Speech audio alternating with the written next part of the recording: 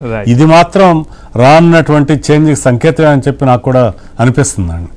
రావు గారు, అసలు ఓవరాల్గా మనం ఏపీ ప్రభుత్వ పనితీరు 5 ఏళ్ల కాలంలో ఒక విశ్లేషకులుగా, ఒక న్యాయవాదిగా, రాజకీయ ఆర్థిక విశ్లేషకులుగా పనితీరు గురించి చెప్పాలంటే ఏం చెప్తారు? నేనండి అసలు రాజకీయాలకు అతీతంగా మనం ఫస్ట్ ఏపీ ప్రభుత్వ పనితీరు ఎలా ఉందని చెప్పాలంటే అసలు ఒక ప్రభుత్వం పనితీరు ఎలా ఉండాలో మనం మాట్లాడుకుని ఆ ఉండాల్సిన విధంగా ఉందో లేదో మనం వద్దామండి.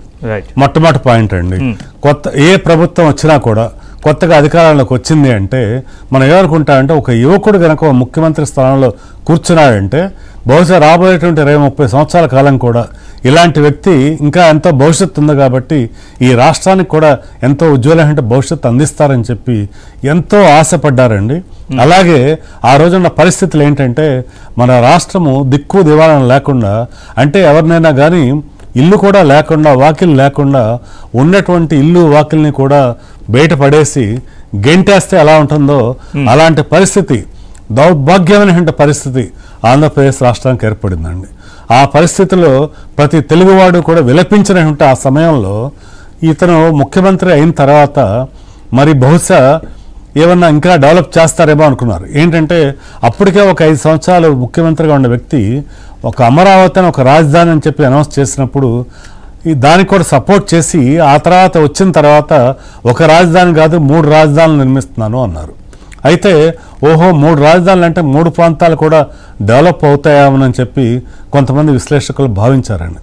కానీ దురదృష్టం ఏంటంటే మొట్టమొదటి పాయింట్గా అసలు 3 రాజధానుల మాట దేవుడు ఎరుగు, ఉన్న రాజధానిలో ఒక ఇటుకు కూడా వేయబడలేదండి. అదే కాకుండా మనం విధ్వంసానికి ప్రారంభం అనేటువంటిది ఏర్పడిందండి. అంటే చాలామంది అధికారాలకు వస్తే నేను తొలి సంతకం దీని మీద చేస్తా, దాని మీద చేస్తా అంటారు. అలా కాకుండా మనం ఇక్కడ చేసినటువంటి మొట్టమొదటి పని, అతి ముఖ్యమైన పని ఏంటంటే ఈ యొక్క ప్రభుత్వము ప్రజాభవనాన్ని, ప్రజావేదికని కూల్చేయడంతో వీళ్ళ యొక్క పరిపాలన స్టార్ట్ అయిపోయి తర్వాత రానున్న రోజుల్లో పరిపాలన ఎలా ఉండబోతుంది అంటంలో క్రిస్టల్ క్లారిటీ ఆ రోజే ఇచ్చేసారండి.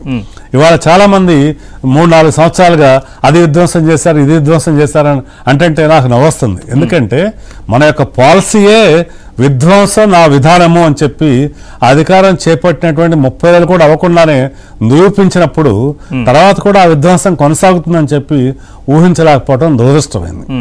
అలాగే రాజధాని, అమరావతిని రాజధానిగా ఒప్పుకుని అక్కడ ఒకవైపు నుంచి మరోవైపు అక్కడ ఒక చిన్న ఇటుకు కూడా వేయకుండా అమరావతిలో ఉండే రైతులు మాకు ఇక్కడ రాజధాని కావాలి అని చెప్పి ఈ 5 సంవత్సరాలు అంటే కనీసం అంటే ఒక 1500 రోజుల పాటుగా ఆడవారు మగవారు అని తేడా లేకుండా, వయోవృద్ధులు పిల్లలు అని తేడా లేకుండా అందరూ కూడా ఆందోళన చేస్తుంటే ఒక కుటుంబ యజమాని లాంటి వ్యక్తి కదండి ఒక రాష్ట్ర ముఖ్యమంత్రి అంటే, ప్రజల యొక్క ఇబ్బంది ఏంటి అని అడిగి పిలిచి వాళ్ళతో మాట్లాడే ప్రయత్నం చేయకుండా నిర్దాక్షిణ్యంగా దాన్ని పక్కన పెట్టేస్తారు.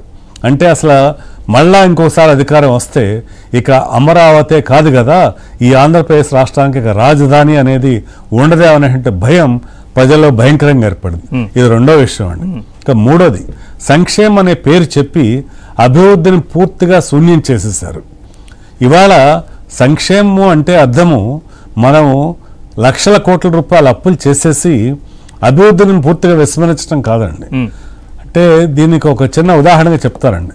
మనం ఒక సాధారణంగా ఒక కుటుంబమే ఉందనుకోండి, కుటుంబ యజమాని తాను కష్టపడి రూపాయి సంపాదించిన డబ్బును ఆ కుటుంబం యొక్క సంక్షేమం కోసం ఖర్చు పెడతాము.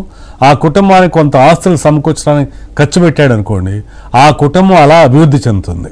అయితే అలా చేయకుండా రోజువారీ భోజనం చేయడానికి కూడా అప్పులు తీసుకొచ్చాడు అనుకోండి, అంటే ఏమవుతుందండి ఆ కుటుంబం మొత్తం అప్పులు పాలైపోయి తర్వాత ఫైనల్గా కుటుంబం అంతా కూడా రోడ్డును ఎక్కేటువంటి పరిస్థితి ఏర్పడుతుంది. అయితే ఇలా చూస్తే ఈ రాష్ట్ర పరిస్థితి కూడా అలాగే తయారైపోయి నిజానికి నాకు ఒక స్టేజ్లో ఏమైనా భయం వచ్చిందంటే అండి, ఈ పరిస్థితి కనుక ఇలాగే కనుక కొనసాగితే మరి మన యొక్క రాష్ట్రం రేపు పొద్దున మరో శ్రీలంక పాకిస్తాన్ లాగా అయిపోతున్నామని చెప్పి కూడా ఎంతో భయపడటం జరిగింది.